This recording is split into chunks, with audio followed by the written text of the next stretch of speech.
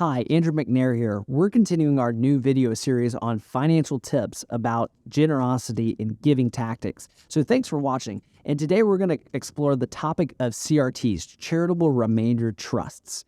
You may not be familiar with this type of trust, but it's been around since 1969. A charitable remainder trust is a gift of cash or other assets to an irrevocable trust. It allows donors to donate appreciated assets and convert them into reliable income for a lifetime or just their retirement. So why is it called a charitable remainder trust? Because the remainder of the trust, what's left over, goes to the charity at the end of the set term. You receive an income from these distributions with the understanding that at the end of the day, the rest of the account is designated to the charity of your choice. So you may be asking, is a CRT, a charitable remainder trust, the best option for me and my family? If you have a highly appreciated asset that has just grown in value exponentially and are wondering how to avoid capital gains tax and need to generate an additional income stream, a CRT might be just right for you. So let's dive right in and explore the pros and the cons of this estate planning tax strategy.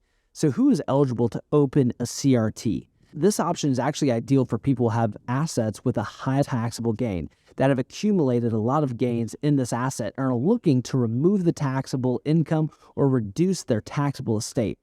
So CRTs also attract the charitably inclined, those who want to give to a charity, that have a mission to give to. This is a great way to make a difference and leave a charitable legacy all into one wrapper.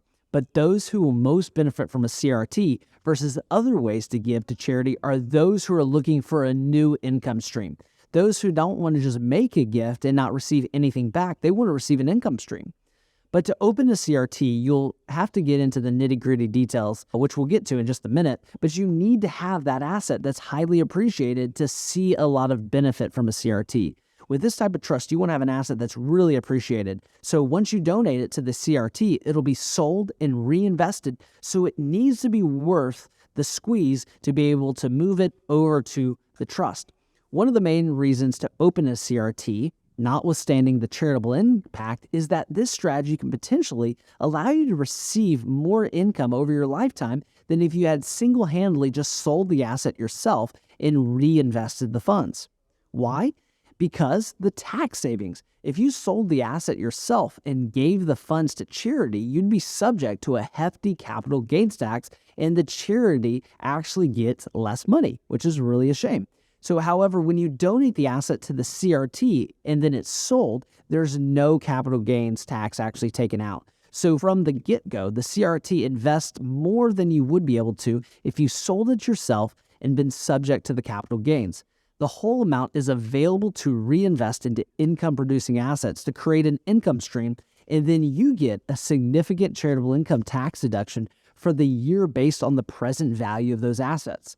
Let's cover even more benefits of the CRT. If you're not yet retirement age, you can actually structure the CRT to defer the payment stream until retirement, providing an additional income source you may not have considered in your later years. Donating to your CRT also allows you to have a charitable income tax deduction. Because the asset was sold under the trust, it reduces or eliminates your estate taxes, and the sum is out of the reach of creditors for the life of the account, which is pretty cool from asset protection standpoint. What's more, the remainder will go to one or more charities at the end of the term, making a difference and a lasting charitable impact to causes that you care about. I mean, that's the whole point of our channel, to give more than just in your lifetime. And you can do that with a CRT. So how would you go about opening a CRT? First, identify which appreciated assets you'd like to donate to the trust. Then choose your beneficiaries. Most donors actually designate themselves as the income beneficiary. They want to receive the income. The step that a lot of people miss or they forget to check is meeting with the charity or nonprofit you've chosen to get the benefit from the CRT. You need to make sure it aligns with their donation preferences and their options, and not set up a CRT that does not align with that organization. As you're making these decisions, you need to work with a professional. You need to work with an estate planning attorney, a tax attorney, a CPA, as well as a financial advisor.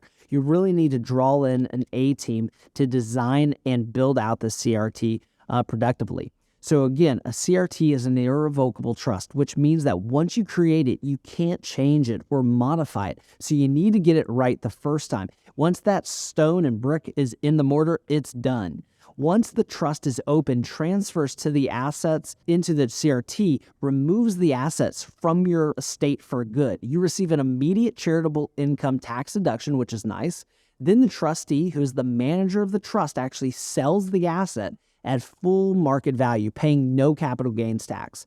The trustee actually reinvests all of the proceeds into income-producing assets, and as a result, the trust pays you an income for the rest of your life or the number of the years that you set it up from the beginning. At that point, at the end of the term, the remaining assets actually go to the charity or nonprofit that you selected, as we covered earlier. So once the trust is set up, you can choose to receive your distributions in one of two ways.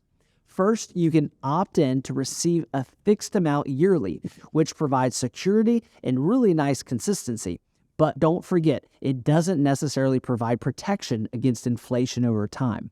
The second way is to receive a fixed percentage based on the investment performance. Now, in this case, your income stream is going to fluctuate with the market, but based on how the investment performance is doing in good years, potentially you could receive more, and in down years, you might receive less. The benefit of this option is that your income amount will grow as the value of the trust increases, but you'll also receive less in case of an off year if the investment value actually decreases. Now, I think it's really important that you keep in mind that whichever option you choose, distributions paid out of the CRT, the Charitable Remainder Trust, are taxable. You do receive an immediate tax deduction in the beginning when the CRT is set up, but it ends there. The benefit is that the taxes are paid over time based on the value of the distributions rather than in one lump sum. For estate planning, a CRT can lower your taxes for estate tax purposes, which is really nice because we want to avoid paying any estate taxes. And it removes this from the balance sheet. Now, you have to keep in mind that this is a great asset for IRAs as well as highly appreciated stock from your estate, yet it still allows you to receive income from them. Just remember that at the end of the day, the remaining funds will go to the charity. It will be gone to that charity. It will not go to your family. We've covered the pros, so let's talk about the cons or the limitations. We've already discussed that distributions are taxable. And that's one of those things people overlook, and they forget that, yes, you get a tax deduction, but you've created now more taxable income in the future. Now, and remember, this type of trust is irrevocable. So once you've signed on the dotted line and given over those assets, there's no going back.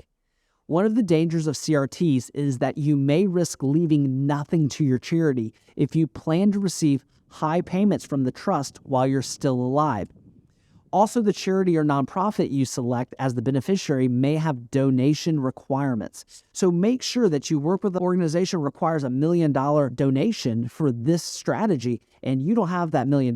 It may be in violation of their requirements. They may have preferences about the donations that they receive. So a donor advised fund, also known as a DAF, may be a better choice depending on the charity. So to wrap up, what we've covered today is that a charitable remainder trust is an option if you have highly appreciated assets. The trust allows you to create a new income stream and reduce your tax liability, all while benefiting the charity of your choice. CRTs aren't for everyone, but if you think a charitable remainder trust or CRT would add value to you and your family, you need to seek professional assistance. First, to get all the details based on the assets that you own to make sure it meets your needs, and you need to also make sure that it gives you the results that you're looking for. For some people, moving their assets into a CRT or pairing it with a donor-advised fund may be the better option for you. Putting together the A team to set up a CRT is so important. You need to have an estate planning attorney, potentially a tax attorney, an insurance professional, a CPA, and an investment advisor. And you also need to make sure you include your favorite charity to make sure you have the most success. Make sure that you work with an attorney that has CRT experience and that knows how to set up these documents correctly. I've been a financial advisor for a long time and built my success from the ground up. But at the end of the day, it wasn't wealth and achievement that changed my life, but generosity. And if you want to hear my story about giving my assets away, please check out The Giving Crisis. And you can get a copy of that book by clicking the link below and pre-ordering a copy today. I want to thank you for watching. And if you like this video, don't forget to click subscribe. And as well, check out my podcast, Rich, Young, and Powerful, to hear about other philanthropists and their charities and their ministries that you might want to give money from your CRT to. So until next time, remember to invest your life into something that will outlive it. Now that's living to give.